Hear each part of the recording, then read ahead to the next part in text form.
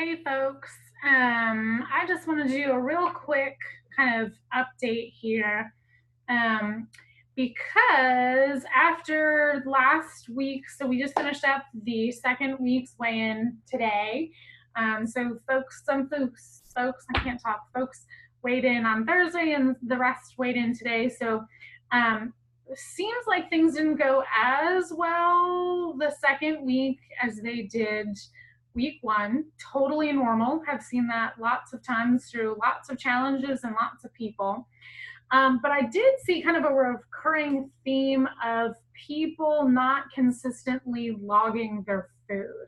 So if there was a couple of things that I heard consistently from people who may have struggled a little bit over the last week, it was that one, they didn't log consistently, didn't log, especially on the weekends. And a number of people who said that they were eating out more often this past week, which can make things really challenging. And so I just want to do a real brief kind of plug and encouragement for why I really truly believe in the power of tracking and why I really believe in the power of trying to eat mostly what you cook as opposed to eating out as often as possible. So 10 minutes, 15 minutes, I just wanted to kind of hit this real quick. Let me see if I can share my screen. And why are you not doing this? Share screen. And here, share screen, and here we go. All right, so a couple of things. Lots of folks, I think, kind of did pretty well in the first week because they were excited, you're getting started. All these things are totally normal. And things kind of get a little less exciting in week two because change is hard and it's hard to stick with things. And week two, your motivation can be down just a little bit. And so these are all totally normal things, but I just wanted to reiterate the importance of tracking. So, as somebody who has tracked, I don't want to say every day for 15 years, but pretty darn close. I don't just say it, I do it because I really, really believe in it. And you're right, it is a pain in the butt. It is easy to forget. It is not the most convenient thing to plan and go into your tracker or write it down. It's a pain in the butt. I get it. That being said, it's probably also a pain in the butt to track our budgets in terms of our bills and how much money we have coming in and what big bills are coming due. But it's worth doing because otherwise we go broke. So my really strong encouragement to you is to track, even if you have to guess. You are never going to get it 100% accurate. Even if you weighed and measured every single thing that you put in your mouth, you would still not be 100% accurate. That's not the point. The point is to give us a good estimate. So if you're somebody who eats out and you say to yourself, well, I don't really know what that was, so why bother? That's the wrong course of action. So go into your tracker, especially if you're using something like MyFitnessPal, and get close. It doesn't have to be the exact thing that you ate. Get something that's close so at least you have an estimate. Don't lose your mind over it, but get something in your diet journal which reflects what you did eat. The issue is that we as humans are awful at estimating how many calories we ate. Super bad. This has been well documented through decades of research that people, especially people who are overweight, underestimate the number of calories that they think that they ate by as much as 40%. People who are of normal weight, when asked to track their foods, are still underestimating by about 20%. So this is really bad. So 40%, if you're just thinking like, oh, that meal was probably 500 calories, if you're not going in and putting down some kind of record, you could be eating more than 40% more in terms of calories than what you think. And we don't have to be mathematicians to figure out that that's not a good success story for weight loss. So please log your darn food. The next thing is if you're eating out a good bit, it is super easy if you're not logging and getting an estimate to think to yourself, well, that was probably like 500 calories. I heard this from a couple of folks throughout the last few days. Well, I did log early, and so I knew I had about this many calories left, and I knew that what I ate wouldn't possibly have more than that amount of calories. This is dangerous. Eating out is notoriously high in calories, even when you do kind of know kind of what you ate. About 3 weeks ago, I went to Growler USA over here. I wasn't just going in for a snack. My husband and I had been running errands. I was like, hey, it's still a ways till dinner. Let's go and split some wings and we'll have a beer. Awesome. I had like 1,500 calories left, which was including my dinner. And I thought that was going to be awesome. And I thought I was going to have a lot left. So what you'll see is here is my husband and I split a dozen wings. So I had 6 and he had 6. He also wanted more of a snack, so he got an order of those fried mac and cheese bites. If y'all haven't had them, they're delicious, but they're teeny, teeny, tiny. They're like this big, but they come as like, I don't know, 8 or 10. So I have my 6 wings, and then I go into my tracker and I put in fried mac and cheese bite. Again, I don't know that this is accurate. You know, this is probably not the right number of calories for this particular item, but it did give me an estimate. And the estimate for one little bite was 87 calories, almost all of which was fat. I hadn't logged my wings in advance either, and I had 1 beer. So my snack ended up being 1,224 calories. And I left there and I was still hungry because all I'd had was 6 wings, a mac and cheese bite, and 1 beer. And so since I only had 1,500 calories left for the rest of my day, and this is at like 2:30 in the afternoon, my dinner was literally like a piece of chicken breast and like some vegetables, which was not at all what I had planned on. So if you think you know how many calories are in things, you probably don't if you're eating out. Do this so that you at least understand what you're working with. And trust me, as I said in our last Zoom presentation, there are days when I totally blow it.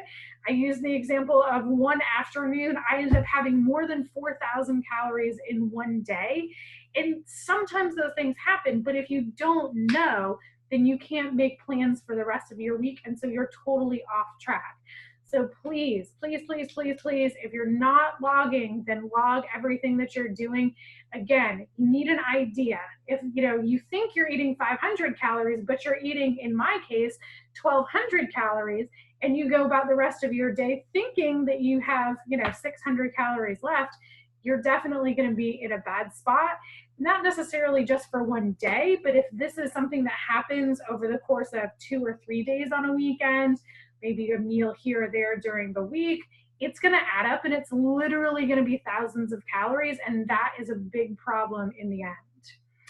So after I've done my little spiel on that, the other thing, again, is about being as accurate as you possibly can. Several folks I was talking to, I looked at their diet journal and it was like 1/2 tablespoon of sour cream. And I was like, who in their right mind uses 1/2 tablespoon of sour cream? And so I asked this person, like, are you measuring this? And they said, no, they were guesstimating. And so again, over the course of a day, if you're guesstimating things, or if you're just putting one serving size as it pops up into your options for a diet journal, over the course of a day, you're talking about hundreds of calories that add up. A serving of peanut butter is the size of your thumb, which is super depressing. I get it. So if you have, like my husband, 4 thumb sizes and you say, I had 1 serving, you're going to be really disappointed when that's several hundred more calories than what you've logged. Same thing with olive oil, with butter, with salad dressing. All of these things kind of cumulatively add up. Again, one thing by itself, maybe 50 or 70 calories, not a big deal. But if you make that decision 3, 4, 5 times a day, times 4, 5, 6 days a week, there's your calorie deficit right there. So again, if you haven't gotten out your measuring cup, or your measuring spoons lately, do that. Again, over time, you're going to be really good at eyeballing portion sizes. But if you haven't done it in a while, go ahead and refresh yourself.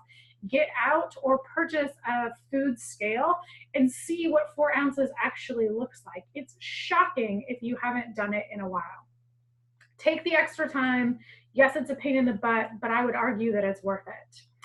Now, if you're somebody who's like, you know what, I'm just never going to measure, I'm never going to log accurately, Rachel, can you know what, then that's fine, but you're going to have to be super strict. So the answers, in my opinion, are either log your stuff and get a good estimate, or be super strict and control every single thing that you eat. And then that's really the only way to kind of know that you're within your calorie balance and your calorie budget. And what that literally means is a palm full of protein, like a small fistful of vegetables, the curled part of your palm for a carb, and a thumb of fat for every single meal, 4 times a day or whatever. And that's it. So I personally think that's pretty restrictive. If that works for you, then that's okay. But again, in order to do this and not log, you have to be super strict and make sure that you know exactly what you're eating. Otherwise, this method is not going to be super useful. So once again, stuff that I talked about last time, if you're not logging, if you're not trying to see exactly what it is that you're eating, if you're eating out a lot, chances are it's going to be super hard for you to be in a calorie deficit. Just like I talked about last time, you need to figure out what your total goals are. You need to figure out how accurately you can be measuring and logging your food. And if you run out, then you run out. Like, that kind of sucks, but that's just the way that it is.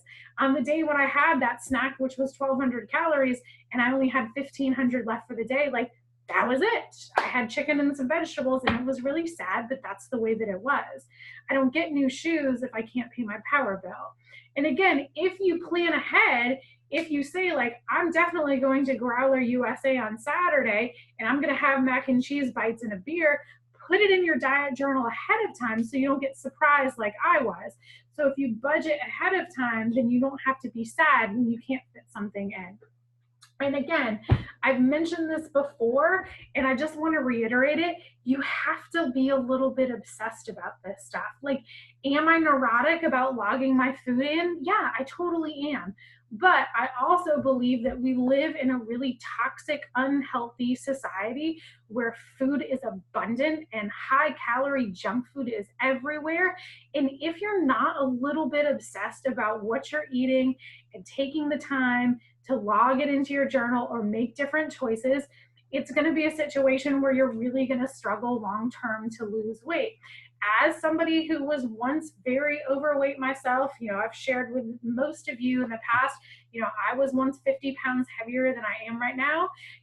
I didn't particularly care what I was eating. I certainly wasn't intentionally going out and trying to gain weight. It was just not paying attention.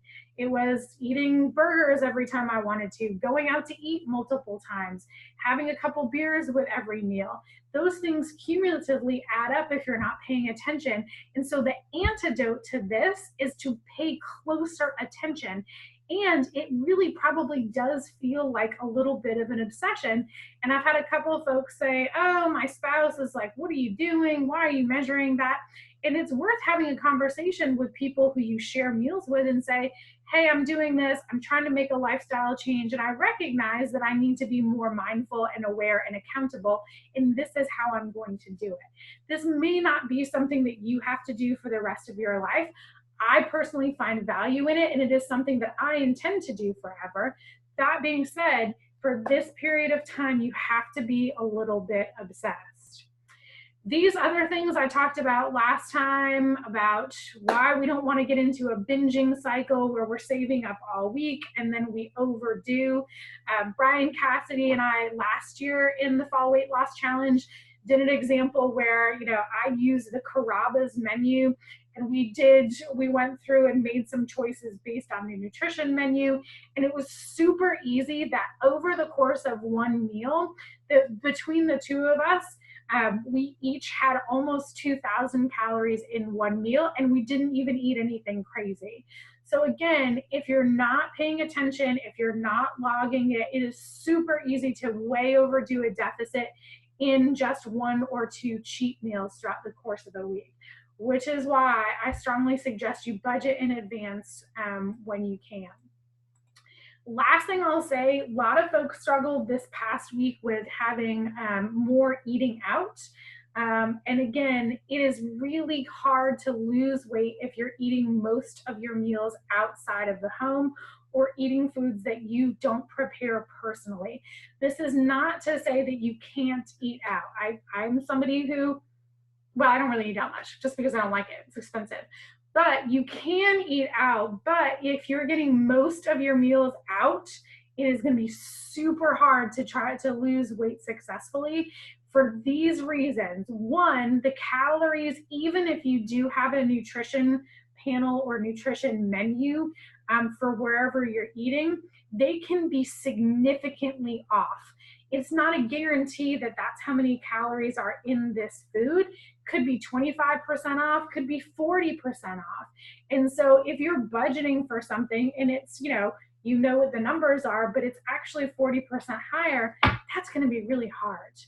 And then for places that don't have nutrition menus, which is, most sit-down restaurants, you have no idea how that food was prepared. You don't know how much butter they used, how much olive oil. You really don't know what percent lean the meat was. You don't know how the bread was made. You don't know how much butter they put on their vegetables. And so again, the question mark is huge on these, and the skew of calories is so significant that one meal a week or a couple meals a week, not life and death, but if you're eating out most days of the week, it can be really, really hard to budget, and it can be really, really hard to plan. We all know this, portions are huge at restaurants. I mean, if you go to a place like Olive Garden or Carrabba's and you get like a portion of their whatever pasta, a serving of pasta is a half a cup. That's the size of your hand. So what they give you on a plate is easily 3, 4, 5, even 6 times what one serving is. And so if you don't really pay attention and you just log one serving or 2 servings and it was actually 6, like, that's crazy. You're never going to make that difference. And then, of course, the temptation to eat things that we wouldn't necessarily plan on. Mexican restaurants, they bring the chips, you're not paying attention. At a restaurant, maybe they bring bread or some other kind of appetizer, you're not paying attention. Oh, I'll just have one. And again, not a huge deal if you just make that like one mistake, or not even a mistake, if you make that one choice. But if you're doing it repeatedly, or if you forget, or if you're doing that multiple times a week, definitely going to be hard to make that up. And then finally, it's more expensive. I know that people have this misconception about the fact that eating healthy is expensive. It is not true. It is expensive to eat out, even if you're hitting the drive-through. Certainly you can spend a lot of money if you buy organic and you buy the conveniently chopped up fresh vegetables and all of those things. You can absolutely spend a bunch of money, but things like chicken thighs, brown rice, frozen vegetables, if you give me $50, I can go grocery shopping for 2 people for an entire week, and it may not be exciting and it may not be sexy, but you will eat all week long for $50 and it will be all healthy food. So if you're somebody who has a ton of money, then please continue to eat out all the time. But if you're somebody who likes to save money, which I do, and have control over your food and maintain your weight, then please spend a little bit more time preparing your own food, planning ahead, going to the darn grocery store. Like, I beg of you. These are really smart things to do. I was going to say something else. I can't remember what it was. I promised this was going to be brief, and so I'm going to leave it there. So again, please log your food, even if it's bad. You know, show that it's bad, recognize that it's bad, be accountable that it's bad, that you totally blew your budget. And then again, the more cooking you can do for yourself, the more items that you can prepare and know exactly what's in, the better off for your waste, the better off for your budget, and generally all things like that. So I hope it wasn't too soapboxy. See you guys next time.